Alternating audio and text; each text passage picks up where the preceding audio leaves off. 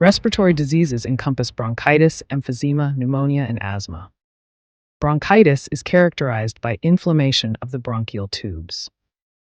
Causes of bronchitis include viral or bacterial infections. Symptoms of bronchitis may include cough, chest discomfort, and fatigue. Treatment options for bronchitis involve rest, hydration, and sometimes antibiotics. Emphysema is often linked to smoking and exposure to air pollutants. Signs of emphysema include shortness of breath and wheezing.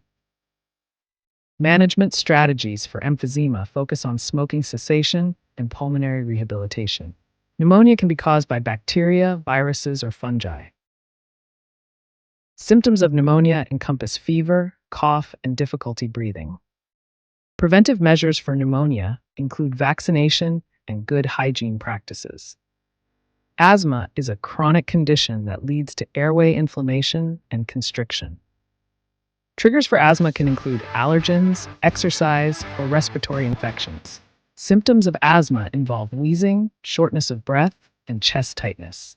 Control methods for asthma consist of avoiding triggers, using inhalers, and following an action plan.